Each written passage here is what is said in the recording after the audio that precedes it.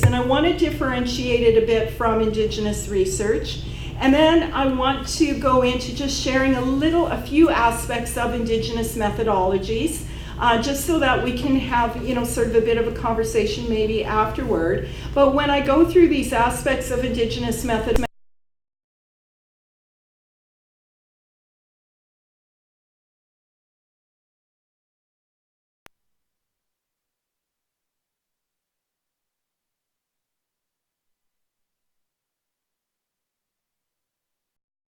part of your practice. So we'll chat a little bit about.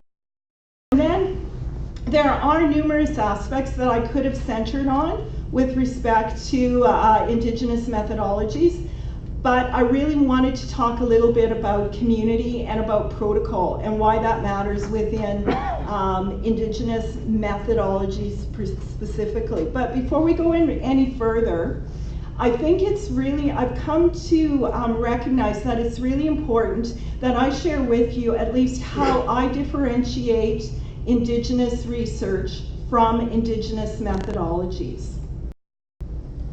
My natural, I want to stop and ask if there are any questions, but I know I'm going to keep just motoring through and we'll take them up after I'm finished going through sort of these slides here.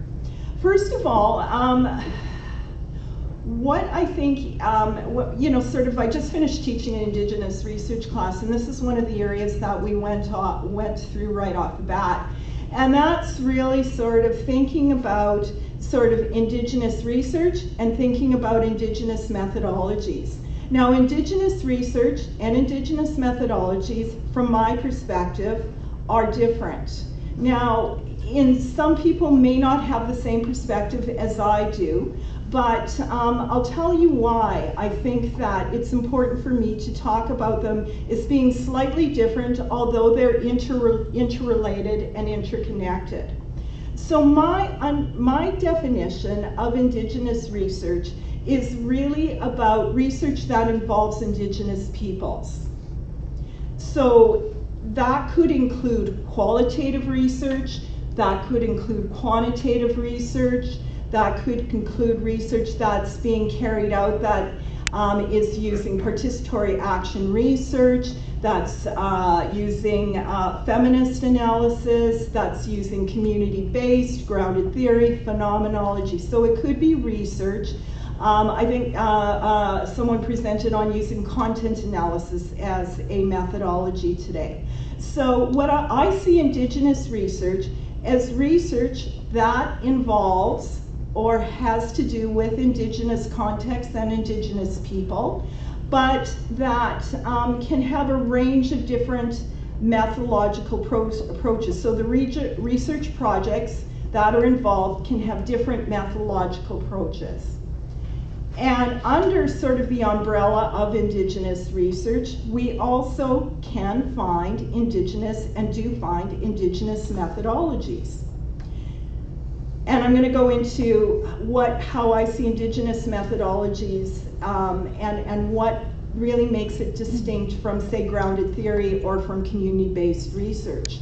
But before I do, I think it's really important that we understand that Indigenous research and Indigenous methodologies are different, because Indigenous methodologies really are based upon an Indigenous worldview. Indigenous research, which may involve other methodologies, are using methodologies that may not be based on Indigenous epistemology. So it's methodologies that may be based in Western epistemology, even though it's Indigenous research because it's involving Indigenous communities. Now, pieces about Indigenous research that this can be, sort of, people can disagree with me on this, but I believe when I define Indigenous research, I think about research that has been done within Indigenous context historically. So I think, Ashley, you were mentioning, you were talking about Linda Tuwai-Smith's famous quote, right, where she talks about in her book Decolonizing Methodologies that research is one of the dirtiest words within Indigenous communities, right? And so when I think of Indigenous research, I think historically, and I think some of that research that has been done that we can actually call Indigenous research has been very bad research, has been extractive, smash and grab kind of research.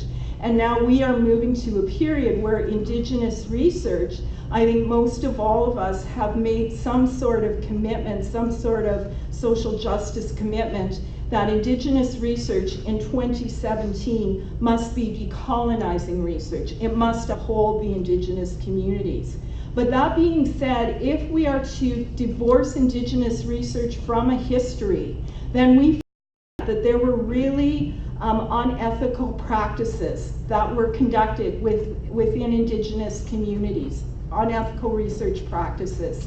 And we can't forget our history, because those who do not remember their history are bound to repeat it, right? So we must always remember our history and never go back to the place where we are extracting from Indigenous communities.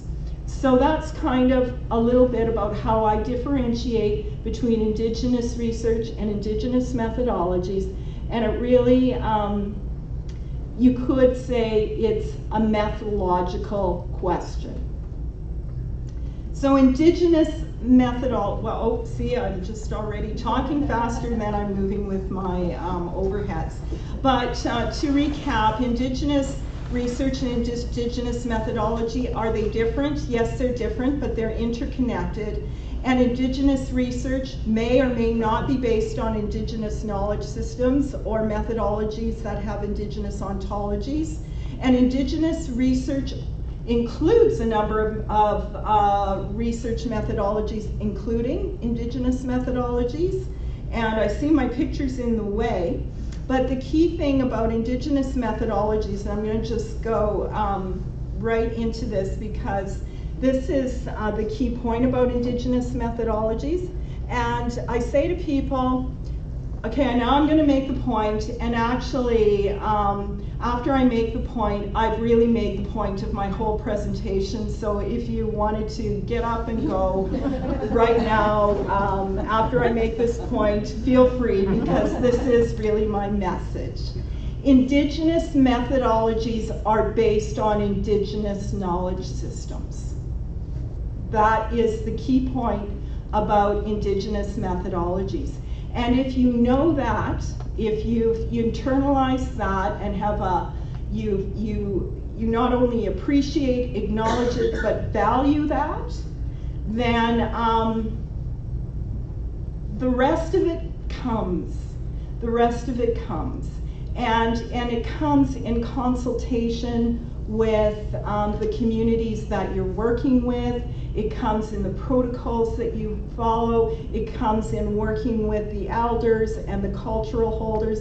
It all comes into place. But really, in order for anyone, and I tell my students, if you really want to use an Indigenous methodology in your research, you really have to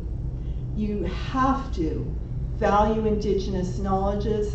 Know that it is distinct from Western knowledge. Know that it is a world thought, but it's high context. And you have to find a way that you ensure the knowledges are constantly guiding the research methodology and the research practice. And it does seem fairly straightforward, but in fact, it's a very challenging methodology. And I say to students who may not be grounded within their own Indigenous knowledge systems or have relational capital within the Indigenous community, it could be a challenging one for you to do in your graduate work, because you do want to get your PhD done in a certain time frame. But it might be that Indigenous methodologies, if you don't have that trust and that relational capital and that it might take longer than you had anticipated. So that's kind of the key point of my presentation. Indigenous methodologies are based on Indigenous knowledges. Now, I think it's also important. I'll go into just sort of very briefly some of the beliefs that we can find within Indigenous knowledge systems. But I do want to talk very briefly about sort of Indigenous knowledges as a kind of a world philosophy. And I want to talk about that in the context of what sometimes sometimes it gets confused. Indigenous knowledges as a world philosophy sometimes get confused with Pan-Indianism. So this is the instruction that I have received and the guidance that I've received from a committee member, a mentor, an elder, an Indigenous scholar, Blackfoot scholar, Leroy Littlebear. He writes about this. Does anybody know Leroy? Yeah, he's pretty amazing. His argument is that, and I might be getting the numbers wrong, but he says that basically about 70% of Indigenous knowledges, which are comprised of the values, beliefs around collectivism, connection with the land, about 70%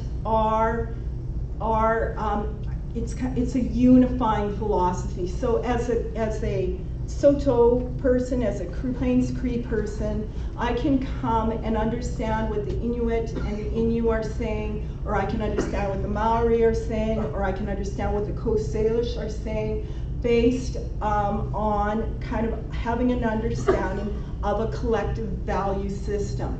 So he says about 60–70% of Indigenous knowledges are shared among different Indigenous people globally. And then he said about 30 or 40 are really contextually located. So language, ceremony, connection. So for example, in Labrador, and what I've been so touched with, connection with the caribou.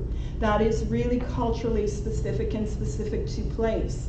So we have a unifying philosophy as Indigenous people that can and has been called by religious scholars as world thought, as a world philosophy, but it is a highly contextualized philosophy that many of the teachings and the understandings come from specific relationship with place, okay? So one of the things that I find that I've come across when individuals want to dismiss Indigenous knowledges, oftentimes you do have the argument either that, number one, it just really isn't a philosophy. It really just doesn't have the tenets of what you would understand as having tenets of a worldview. So it just, number one, it just really isn't a philosophy, a worldview, paradigm, whatever word you want to use. The other piece is that in a way to kind of dismiss it, individuals will say, well, if you're basing Indigenous methodologies on Indigenous knowledges, isn't that a Pan-Indianism proposition? And I say, no, it is not, because Indigenous knowledges is a world philosophy, but as a part of the methodology, we always situate ourselves within place, who we are as researcher, but also in the place of the research and the teachings of that place that are grounding those practices. But say, for example, the fact that you will find at a Labrador or a research project in Labrador that's, say, informed by either the Innu or the Inuit, will have similar tenets as a project informed by Cree in terms particularly of collectivity, of relationality, of the importance of protocol, so on and so forth. Okay, so how am I doing? Oh, 10 minutes? Oh man. Okay, so wow. Okay, so you've pretty much, this is pretty much some of the basic tenets of an Indigenous worldview. And one of the only one key point that I want to pick out, because I think it was really important this morning, and I think it was at the panel, where there was a discussion about how within an Indigenous philosophy, we recognize a non-human centric approach to the world.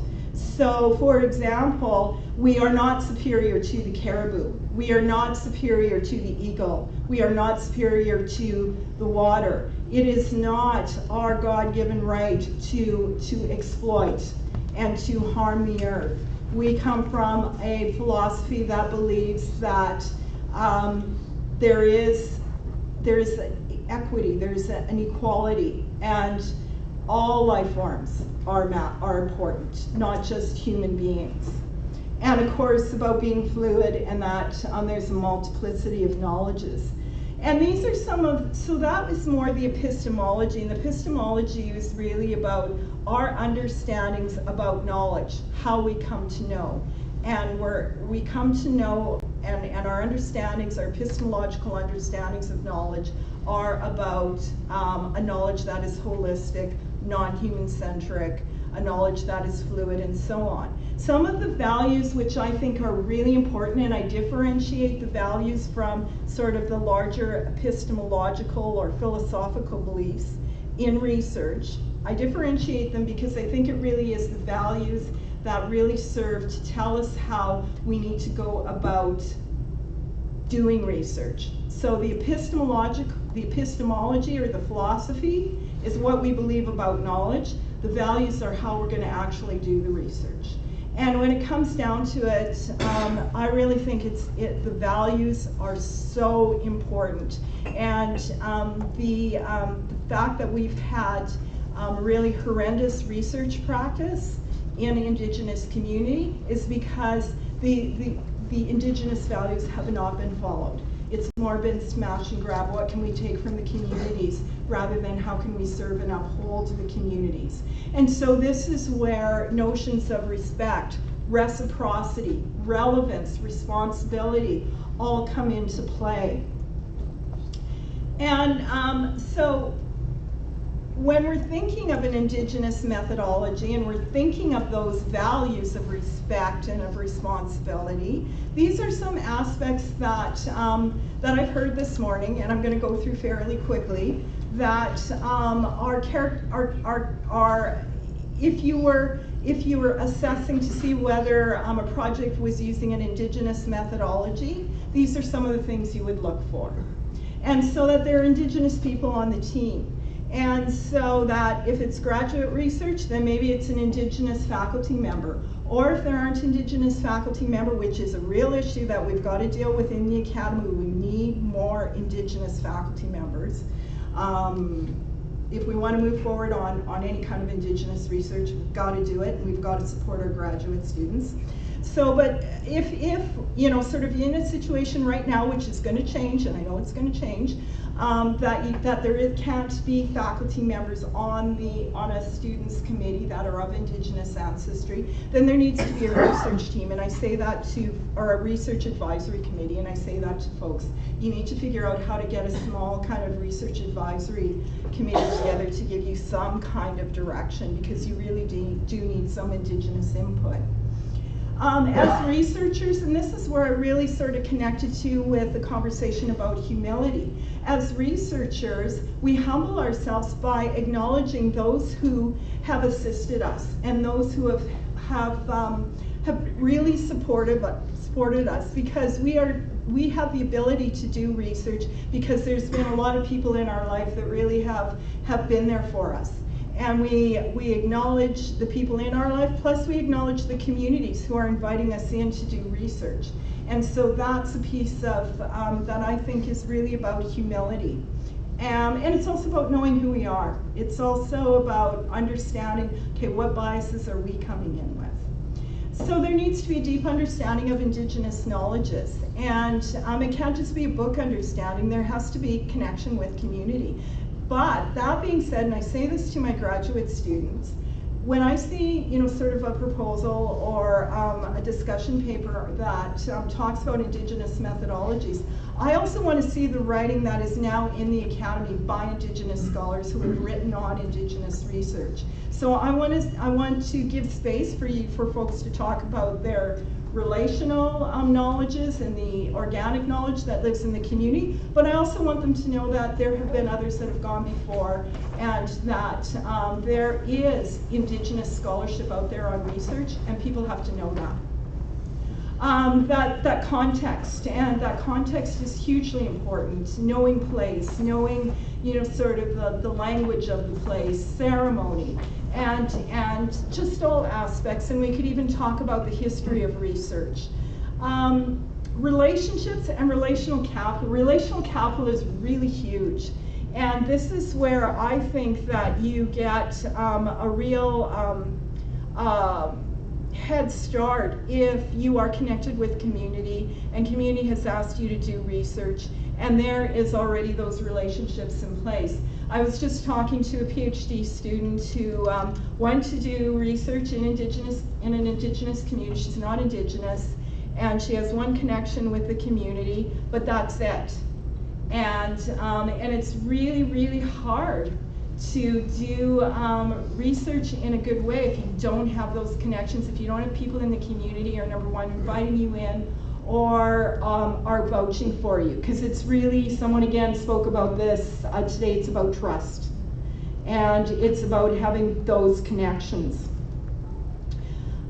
When we're looking at just the process of research, one of the key things in Indigenous methodologies, because it's based on an Indigenous knowledge system, and orality is so important to that knowledge system, that obviously a method of gathering data, and I put data because I really don't like the word, although my research supervisor or my PhD supervisor did help me out on this one. She said, data in Latin is gift.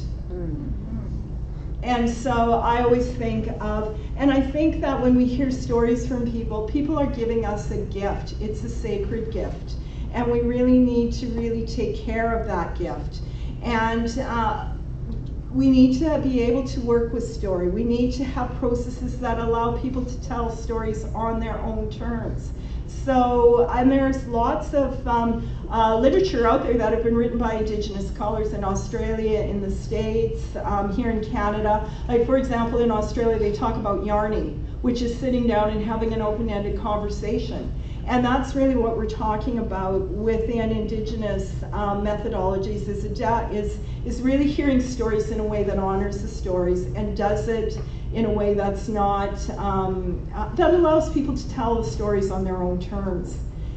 The findings, they need to allow for Indigenous knowledges and community context to come through. So what I say, the best kind of rule of thumb that I say to my students is, when your research is done, if you followed a process that really has been informed by Indigenous knowledges, your research will feel Indigenous. It'll just feel Indigenous. And if it doesn't, then maybe something went wrong. And so it's really sort of thinking about it from that non-cognitive, non-linear type of way, and just kind of knowing, yeah, when you pick up this research, it feels like it has been imbued with Indigenous community, Indigenous knowledges, and people will get it. People will understand what you're talking about. Reciprocity, the gold standard. And we really, it's really a part of who we are as Indigenous people. And I think, again, like the buffalo hunt, the caribou hunt, we give back. That's what the meat is for. The meat is to feed our communities. It's the caribou giving to us. It is giving their life to feed us. So there is and we need to then be ensured that we take care of the caribou, how do we take care of the buffalo. And so it's that reciprocity. That needs to be the same with research, because research really is about individuals giving their knowledges, their stories. And we need to be careful with those stories. We need to, those stories are sacred. Because if we aren't careful and if we don't take good care of those stories and use them in a way that gives back to the community, we won't get those stories again. And that's really, really important for a society to go on. That knowledge is continually shared.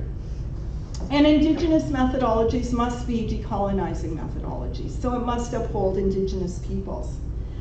So some of the questions in terms of community that I think it's important that Indigenous that researchers ask when they're using Indigenous formed methodologies is, can I clearly identify the community that I need to involve, or am I being invited by a community?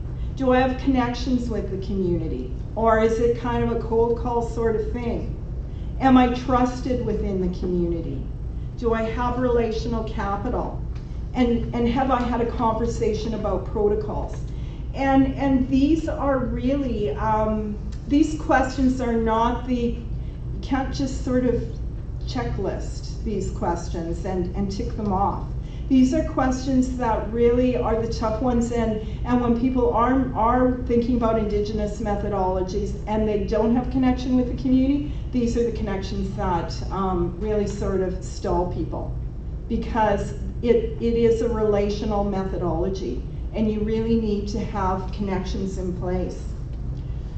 And for connections, I think, and research to be conducted in such a way that it's doing research in a good way, and it honors Indigenous knowledges and Indigenous people, and it is building trust, protocols are a good idea. Now, I know we talk about protocols, and in Canada here, I was just down in Fresno in California, and I was sharing a little bit about our Tri-Council policy that we use at the university. And Chapter 9 of that Tri-Council policy is totally related to ethical conduct with Indigenous communities. And so we have this policy that all universities across Canada must adhere to when they're doing research through universities. Down in the States, they were just like, really? Wow.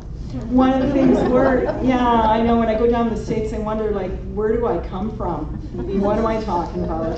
So it's so nice to be here, and everybody's, yeah. But one of the things about, sort of where we're at is, as we're talking about, okay, so we have Tri-Council, we have this Chapter 9 of the Ethics Policy Handbook that talks about research with Indigenous communities. However, we also feel we need to have some sort of check within the communities themselves. So, for example, the example I often use is, like, for example, the Mi'kmaq Ethics Watch, right? And I had a PhD student who was from Nova Scotia, and she was doing research about decolonizing research and looking at sort of connections between settlers and Mi'kmaq people. And she went through the ethics process at USAS, but she also went through Mi'kmaq Ethics Watch and got approval to do research because it involved Mi'kmaq people. And so that's kind of where we're at. One of the nice things, I think, about protocol when you're doing research within Indigenous contexts, and my partner, he teaches at the University of Regina, he's in social work, and he's of Indigenous ancestry and worked in Indigenous organizations, and he's now doing a big research project with one of the local First Nations child welfare organizations. And one of the things he was saying to me, because I was sharing with him a little bit about what I wanted to present today, and he said, yeah, with protocols, what's really nice with this group and with doing research within the Indigenous community is that you'll come across a question and people will go, wait a sec, is that a protocol question?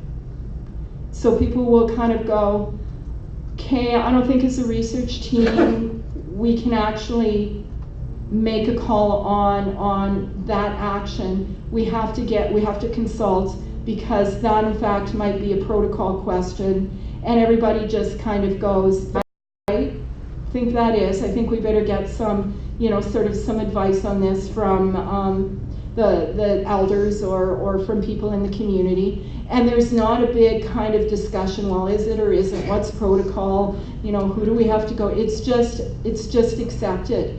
And I think one of the reasons why, my sense from my own community and from doing research with Indigenous people, it's accepted because we know the importance of protocol. Not from Chapter 9 Tri-Council. We know the importance of protocol in maintaining good relations in a collectivist society. Because if you don't have protocols in place, you're just, you're out there and you don't have the specific guidelines that you need in order to make sure that you're doing things in the right way.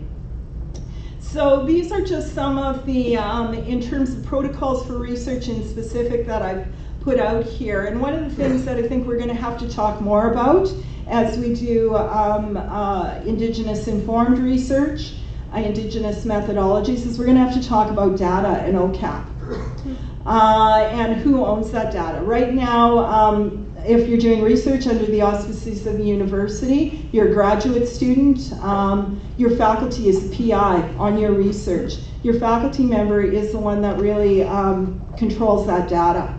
If you're a faculty member and you're doing research with a community and the research is coming through a SSHRC grant or whatever, and you're the PI, you are the one that controls that data. And so how do we deal with this? How do we start to have these really hard conversations about ownership, control, access, and data? I was involved in one project just a couple of years ago. Project was funded by the Ministry of Education, so it wasn't funded by a SSHRC grant. It went through ethics through the University of Regina and University of Saskatchewan, and of course through that ethics process, the PI wanted to, or did have control of the data, right? So, and the CIs through ethics also were able to access the data. The ministry wanted the data.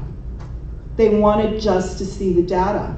And we had to put up a fight to say, no, you do not have access. Just because you paid for the research doesn't mean you have access to the data.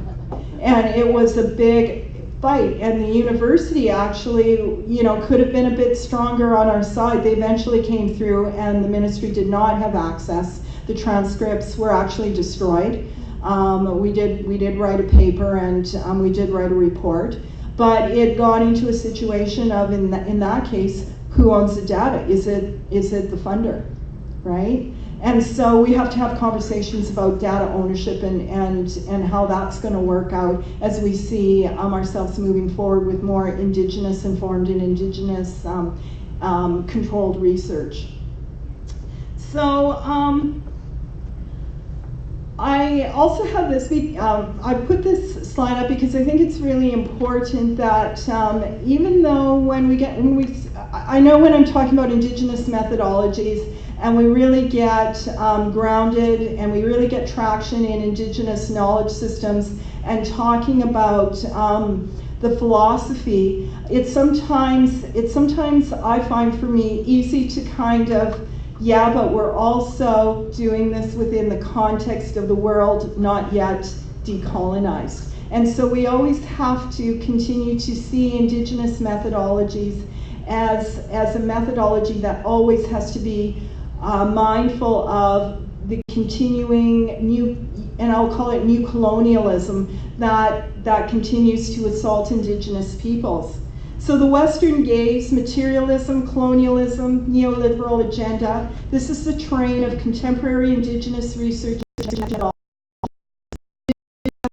has potential to shake things up, to provoke an unsettling that arises from rethinking research, from resisting a banality of habit that often defines us.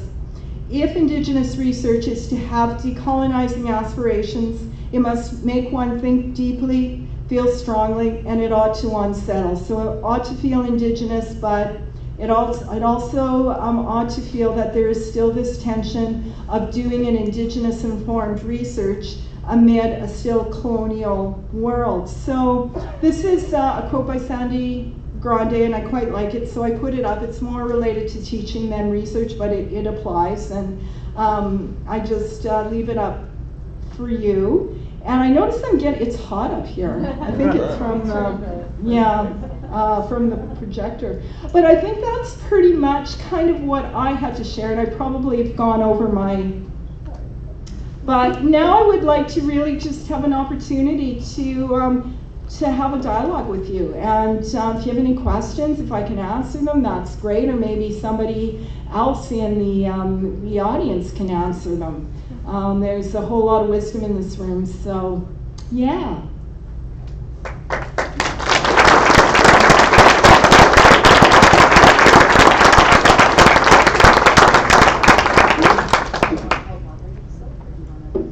If you could, sure. Yeah. I have us help moderate so that she can focus on the questions and take the questions. I'm just going to try and Yeah. get the words. So do we have any questions, any comments, any responses, anything after that wonderful, wonderful presentation and really wrapped up the day, I think. Not that the day is over, don't go home after this, we've got lots going on, but it really wrapped up what we talked about today. So is there any, I'm looking, yep, over here now. You probably have to stand up and shout. Alright, I'll try. So you were talking there about how protocols matter and are important. I've noticed that there's some formalized things such as going through the ethics procedure and things like that, but there's also some informal protocols that sometimes are, as a researcher, quite difficult to pick up on when you first maybe arrive in a certain community. How do you feel about the formal or informal? Because when I speak to some people, they say you shouldn't formalize everything because you make it too checkboxy then, and then you can't actually get at the more important parts of those protocols. Well, I think, I'm not too sure if I see it as formal and informal. I think I see there's two kind of processes going on, and I agree with you on that point. And I think the one process around protocols, and as it's defined through ethical conduct or ethical engagement with Indigenous communities, and that's outlined in Chapter 9 of the Tri-Council Policy document, I think those protocols are really there to ensure that, that research with Indigenous communities is done in such a way that it is not harmful, because there has been such a history of harm, right? And so I think that's a way to ensure that there's some sort of check by the institutions that there isn't extractive research going on. And so in a sense, it's important that they're there. In a sense, they're, you kind of wonder, because sometimes the individuals who are reviewing the applications and who are reviewing questions about conduct with Indigenous communities, they might not have knowledge themselves. So it's not it's a process that needs fine tuning, but it's there, and I think it's important. And yeah, it is kind of a checkbox sort of thing. What I think you're referring to as informal protocols, I actually see as the community-based protocols. And that's why I say to individuals that if you're not Indigenous yourself, or working with your community, or a community that you have relationships with, or you're not in some way connected with the Indigenous community, that you have some kind of guidance, or it's an urban Aboriginal community where you may not have a geographically kind of specific community, like a band, that it's really important to have a research advisory committee, and to have on that committee individuals who can help you with, sort of protocols, even if it's to say, okay, you want to do research, say, with that community, then you have to go talk to that person. So I see that as sort of the protocols that really are about how do you do research in a good way with the Indigenous community. And that's a tricky one.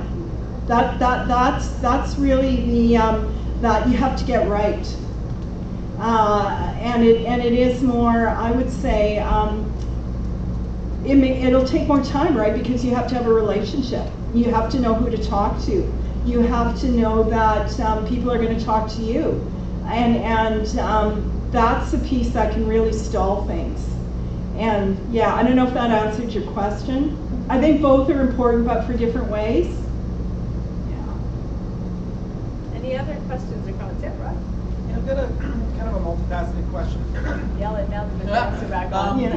How do you make the fundamental change at, say, the Tri-Council level in the data ownership piece, but also how do you make an academic change? Because people ask me if I'm a scientist, I say I'm a recovering scientist, because the academic system really drills what you're talking about out of people, because that's the academic system. Scientific method is the holy grail, and that's it. But how do you get that fundamental change, both in the academic system and at the Tri-Council level? Well, and I think that it's a process that we're moving toward, but it's going to take a while, right? And I think one of the ways that you get the fundamental change, one of the things that why I think Indigenous methodologies and conversations about Indigenous research is so important is because within the academy, even more than teaching, research is the holy grail, right? And methodology, there is a real stronghold on methodology. And I think what's happened with Indigenous methodologies is that we've been putting ideas out there, but we've stayed kind of under or off the radar screen. And so people don't actually get a real understanding that what we're putting forward with Indigenous knowledge informed research methodology is really one of the biggest things to hit the academy in a long, long time, because we're saying we are thinking about not only how to do research, but also how to make meaning and philosophy that is going to offer meaning and offer knowledge in a different way than it has been ever before in Western Academy. And so in order to do that, you need people to be able to have those, so you need allies, but you need Indigenous people. And you don't just need Indigenous kind of identities, you need Indigenous peoples who are interested in Indigenous knowledges, because that's really key. Because we have to have these conversations, and they really are philosophical paradigm conversations within the academy, and we have to have it at the higher level, higher administration, but we have to have it on our smaller committees. For example, I just sat on the College Review Committee, which makes decisions about tenure and promotion, and what counts as scholarship, and what scholarship should look like. But we need to have people, Indigenous people, who are willing to see, and allies who are willing to see scholarship in a different way than it has traditionally been seen. One of the things that I think is really important is that increasingly there's been a cutback in philosophy departments at universities. They're not really seen as, they're not getting, the university's not getting the bang for the buck. How are they applied? How are they this? How are they that? So we've seen, a cutback in philosophy departments.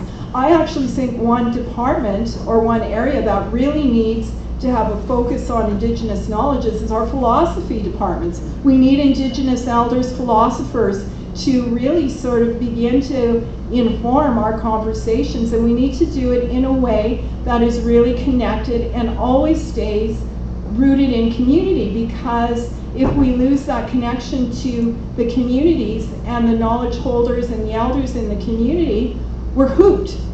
We lose what is distinctive about us.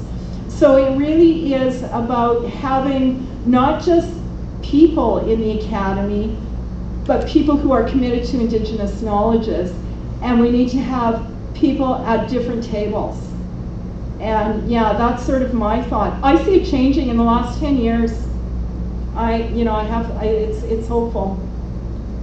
Yeah. A couple things, and I think it's related to what you were saying about the importance of relationship in doing this kind of research. I know I presented a few years ago with a new colleague, Elizabeth's son, Jack, and he talked about that relationship as being not just a one-night stand. And so, Yeah. It's great if you can have the experience of doing research and then come back and really build that relationship and trust, because I think it's through many different efforts that then you can really have a real collaboration to Yeah. do very valid research. And the other thing too is that I know I've been involved in a few projects like this, and also I know with the Innu there have been a number of archaeology projects that have involved Innu people doing the research as well. And I know in those communities they really love those projects because they get to do their own research and they get to also, interpret, that research, and it really gives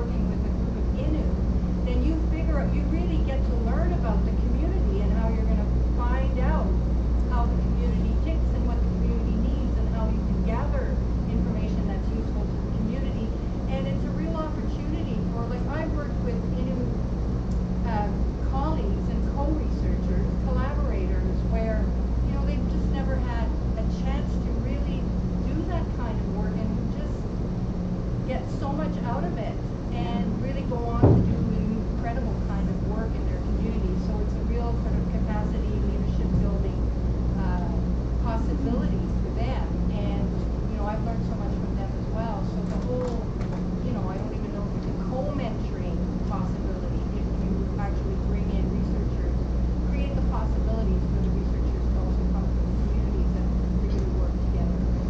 Yeah, well, exactly, because, and also that's what gives the credibility to the research, right? And just as you were talking, I was reminded of something that someone said when I was visiting down in Fresno. And often, you know, sort of within our conversations in Indigenous research, we talk about our history and that Indigenous communities have been researched to death, right? And I think I've come to sort of qualified, they've been researched to death by extractive research. And what this individual in Fresno said is, she said that, you know, sort of people have the right also to be researched, but they have the right to be researched in a good way. And because in many ways, it's about being able to share your knowledge, being given, research gives people an opportunity to share knowledge, to give voice. But it has to be done in a way that is respectful, in a way that's going to honor those stories. And I think that when you have a research team that is, you know, sort of allies and that is, you know, sort of predominantly Indigenous people who have a connection to the teachings and to the values of reciprocity and the values of collectivism, then you do have a process where you can do research in a good way, and people will step up and they'll say, yeah, I would want to be involved in that project, and it becomes a situation where then that the people who are being researched or are sharing their stories, being researched is probably not the best way to put it, but people who are sharing the stories, who are offering their stories, participants of the research and the researcher are then giving something back to the community, right? And so it does feel like it is, it's not taking away, right? Amy, you have a question? We met her earlier today. Oh, it's a shot. But I just want to thank you in front of my daughter.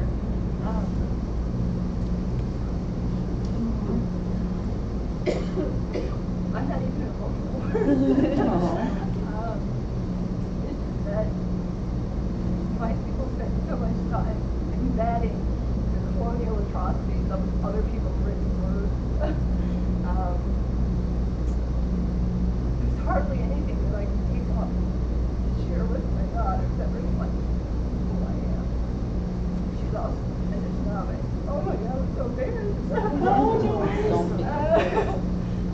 I just want to say that what your work is doing, and other scholars like you, like Sean Wilson and all those people, is really helping to situate agenda, help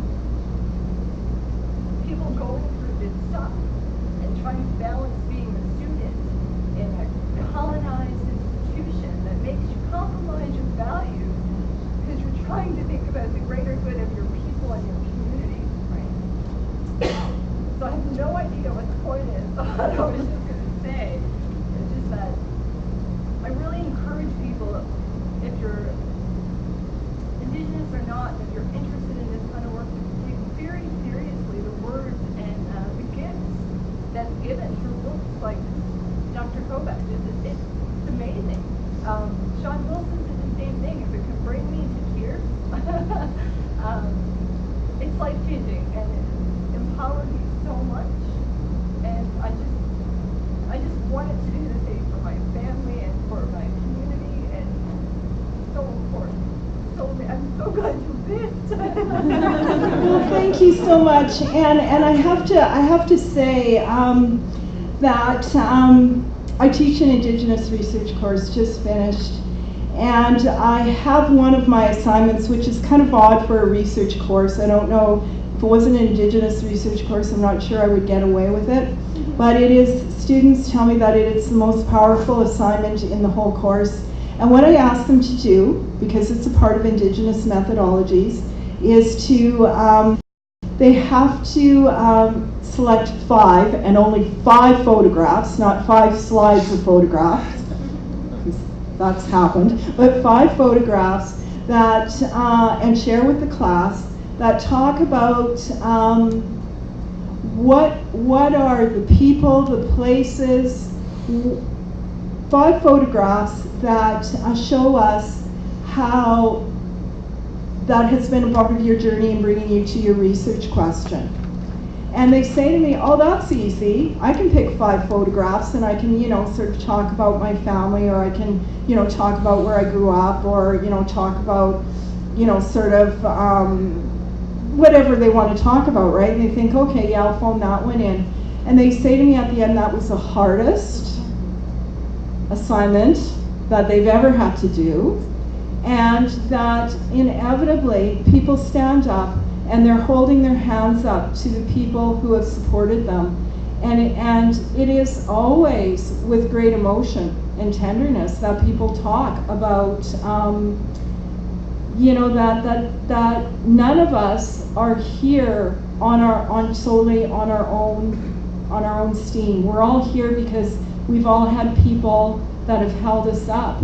And that's so important. And I think that, for me, one of the reasons why I came back, or why when I get calls to come in and talk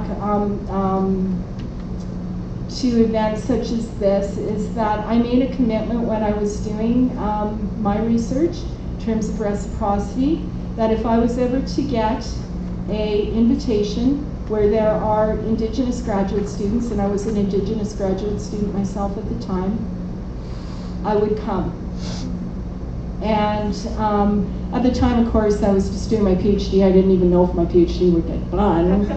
So, it was kind of, but since then, I have tried to come. Where I know that there are Indigenous graduate students in particular, or people who are interested in Indigenous methodologies, to come in and to talk. And I've just been so uplifted by the work that's going on out here. Like, we really have to, in Canada, I'm heading off to Germany. I just came back from the States. Canada, I want you to give a clap to your country.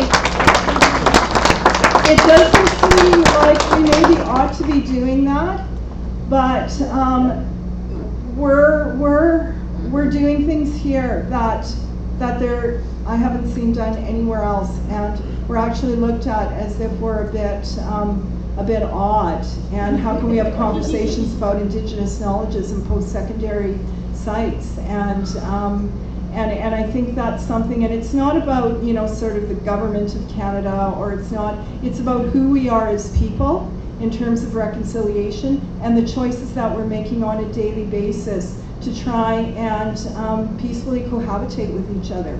And the fact that we're having these conversations across this country about truth and reconciliation. I was just listening to Willie Littlechild a couple of weeks ago in Saskatoon, and when they were conducting the hearings for the Truth and Reconciliation, they were guided by the elders' teachings, and they were guided by the importance of healing. That it is about truth, but it is also about healing. And it's not just healing for Indigenous people, it's healing for all of us, because the residential school system, it's hurt us all. It's hurt Indigenous people, and I've had family members that have gone to residential school in a really profound, deeply personal way. But it's also hurt settler people, and in ways that I don't know if settler society in Canada has really grappled with. But what I know that we're doing, and I don't see it anywhere else, is we're having conversations. We're actually getting together and we're having dialogues. And I'm proud when I leave and I go and talk to sort of at other sites and other places around the world. I'm proud of you. I'm proud of what we're doing here. I know we've got lots of work to do, and I know we've got a really shameful history that we have to grapple with, but I'm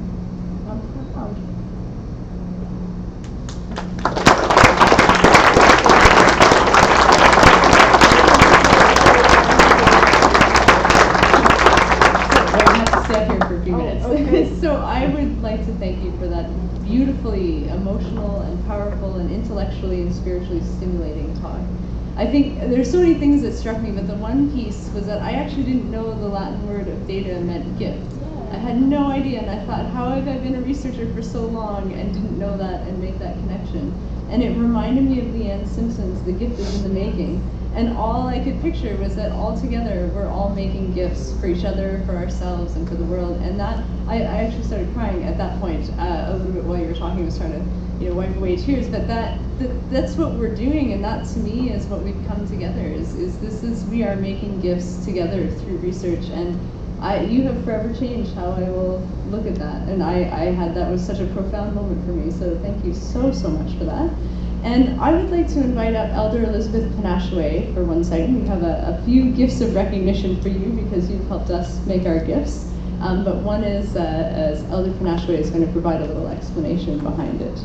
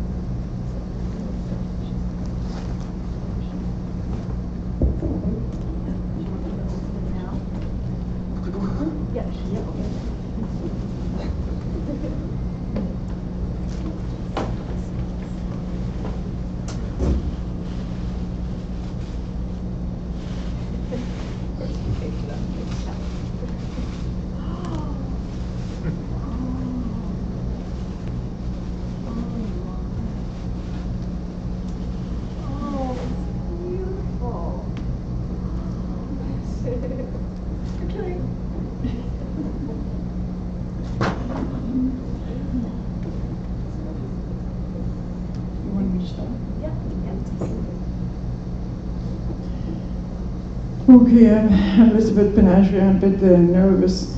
My English is not very good, but I'm going to try anyway. Explain TDAW. When I was young, I couldn't remember when people start make a TDAW. I could remember. And then I heard a story. I'm going to try to explain to you. If you don't understand me, just let me know. TDAW, when people go in the bush in the country, I remember, people went far away hunting in the bush in the country. Sometimes 3 months, sometimes 4 months, long time ago. And then soon as food, they won't be all gone. No, there won't be no more flour, no more tea bags, no more sugar, no more milk.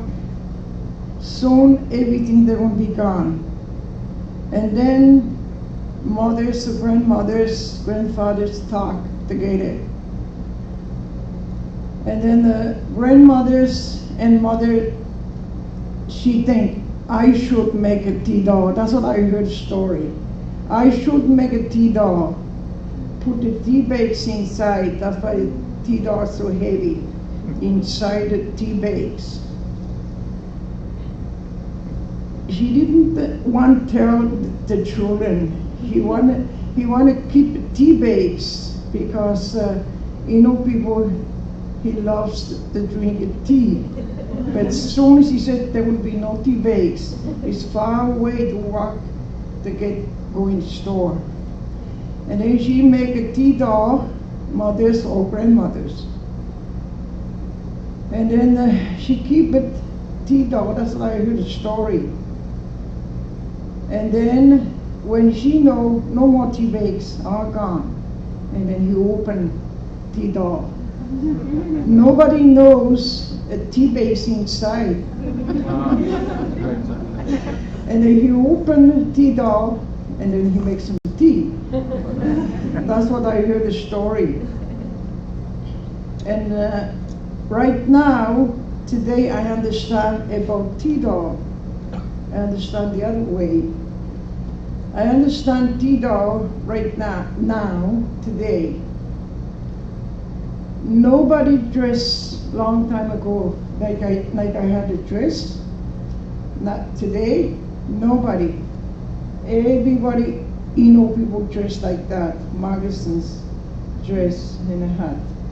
Even the young children. And then I find myself, who make a tea doll, women or grandmothers, just like a teacher. It's a teacher. If you come to see a school, our school, Shehaji, you can see tea dolls on the wall. And kids come to school, and then you explain teachers, men and women. See that? People, that's where we dress long time ago. And the kids, young kids, very shocked. Oh, she said, oh, very surprised. She said, that's why people dress like that long time ago. Nobody dressed like I dress now. Nobody. Everybody dressed like. And kids very happy, very, very happy. Oh, after she went back home, finished the school, she talked to her mom and grandmother. Mom, grandmother, you should make my dress like that. And then I find so important, just like a teacher, even like in the show, white people, you don't know, you don't understand. Maybe you think that's why we dress, people always. And then after, when you see tea doll, and then you understand a little bit, oh, that's where we have dressed, people. And I hope you understand what I'm saying. Everybody understand? Yeah. People go in the bush and country, far away, stone when he know there won't be no more tea bags, and then he make tea doll. And another thing I was going to say one more. When I was young, there was no tea doll. No tea doll when I was young, I remember. And I really wanted a doll, and no store in the bush, in the country, no store. And then I was thinking, I'm going to make a tea doll. I'm going to show you how I make my tea doll when I was young. My mom said, what are you doing? I said, I try to make my tea doll. For the hands, this is a face. This is a face. And then I just put a blanket. And I love you.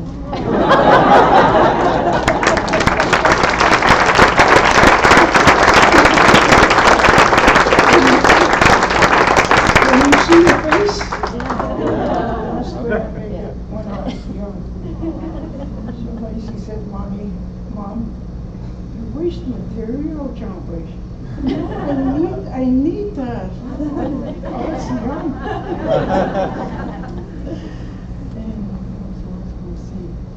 And one more thing I want to say, if you don't mind. No. This morning, I stayed here yesterday and this morning. I listened to the people. And my son, Peter, was here. I couldn't ask her, I couldn't ask anyone. I really want to say something. If I ask my son, Mom, you got no name here to speak. These people, you got a name. And then I stop. Oh no, I feel sad. And then I want to say a little bit, and I won't talk to you. When people talk about caribou, and I can see the picture, caribou, and I heard a lot of people talk about caribou. And I was going to say this morning, caribou is so important for us, so important. I remember when I was young, caribou, she got everything, everything. because long time ago, no compass, no tent. Caribou, men kill that caribou, women clean it, and then sew it together. Sewing, women sat down together, sewing together caribou, and then make a tent. And no stove. You make fire inside the tent. And caribou, that's why I'm saying caribou is so important. Caribou, she got everything. That's why, you know, people dressed long time ago. We didn't buy clothes in the store so much. When he killed caribou, women clean caribou skin and then make a dress, even the children. And then make moccasins, make a snowshoes, food, lots of food, meat to eat, all his family. That's what I was thinking this morning. I really want to say something, because sometimes it's hard to find someone to help me. And I was going to ask my son, no, I can't. And then that's what I was going to say, caribou, it's very, very important for us. The food, moccasins, snowshoes, make a coat, put mattress when you sleep in the tent. You never get cold. Every time when I walk every spring in the country. Always I took caribou skin. And then when I put my bed, I put caribou skin in it. I never get cold. And I want to say thank you so much in invite to talk about TDAW. Thank you so much. And I was thinking, I came yesterday, I came this morning, and then I was thinking, one day, whose idea, good idea, look to people and good speak. Whose idea? It must be a good idea what he did. Because many years ago, I went many places, Halifax, Toronto, England, speak. And some women came to see me. Did you remember me? Some, I couldn't remember him. Too many women I met him a long time ago, so many years ago. Some women changed color here. Okay, thank you very much. Thank you so much.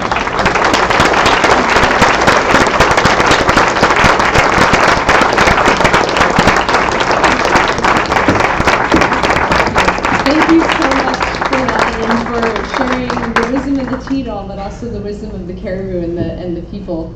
We also wanted to give you this gift basket as well, which is from Spruce Up Labrador, a local company that makes really beautiful products that are all natural. And the other thing that I want to share with everyone is when I had invited Maggie to come, we were talking about honorariums, and the first thing she said was, I don't want honorariums, please donate it to a group of your choice. And so we are donating $500 to the Mokami Status of Women on behalf of Margaret Kovach. And I just wanted to recognize that publicly because I know it's a wonderful place to have. So thank you so much for being here and for traveling and for fitting us in between home and California and Berlin before you head out. Hopefully Labrador stays in your heart long after you leave. The caribou will stay with me, the people, but I have to say the caribou touched my heart this morning. Yeah. But thank you so much. It's just been a delight. I love it. Thank you. Thank you. And we'll give one final round of applause.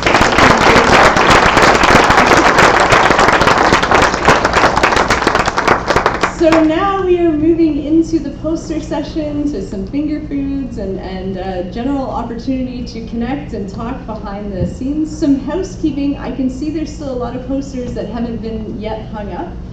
There's pins along the bottom for those of you at the back. You can just find a spot and hang them up. There's some really exciting things happening at the poster session, but I first want to welcome up Jamie Snook, who is here representing the town of Happy Valley Goose Bay, who has sponsored all the food in the poster session, to say a few quick words, and then we're going to explain how the session works, because it's not your regular type of poster session. So come on up, Jamie.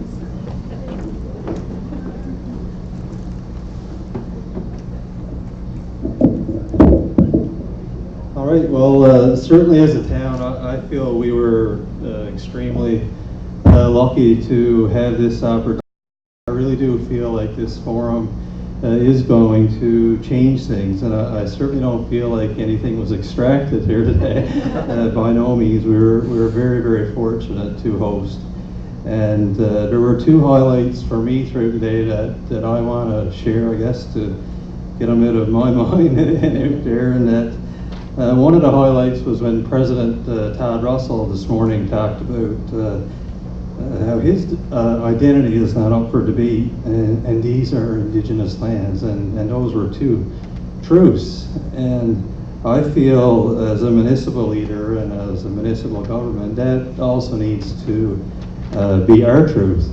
And I'm quite surprised since I became mayor how often I'm in debates about our community being an Indigenous community. And we can be a lot of things. We can be multicultural, we can be diverse, we can be more than one thing. And certainly Happy Valley Goose Bay is the highest Indigenous populated community in the entire province. And in my mind, we're definitely an Indigenous community, and we need to sort of get that out there more, and it needs to be understood. And without it, we're, in my mind, a bit of an identity crisis. So I hope this forum and more discussions like this will help move us along, and the municipal government has a role to play in reconciliation. So all of the topics are of deep interest to everybody in town, whether it's about wildlife, fisheries, protected areas, community health, and reconciliation are important to everybody that are here.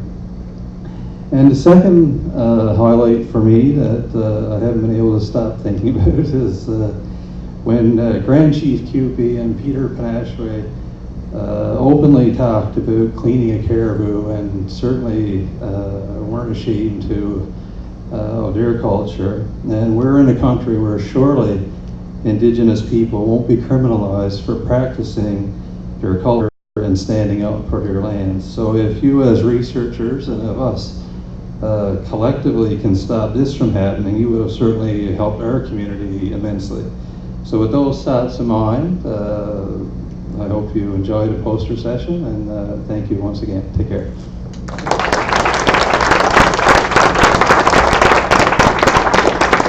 Thank you so much, Mayor Snook. So we have a really exciting poster session. Victoria and Neville, would you like to stand up and wave your arm around? So connected to this poster session is a scavenger hunt, and Victoria's got all the forms here. There is a prize for the winner of the scavenger hunt, which is very exciting. It's an excellent prize. I'm not going to share what it is because it's going to be a surprise.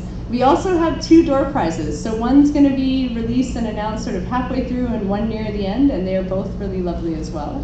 So we encourage you to stick around, follow the scavenger hunt, go and meet, and there's also a poster judging. So for everyone that has your poster, make sure you're there, because there's a poster competition tonight, and the prize is actually the most outstanding poster prize I've ever seen, and it's donated by the Torngat Secretariat. First, second,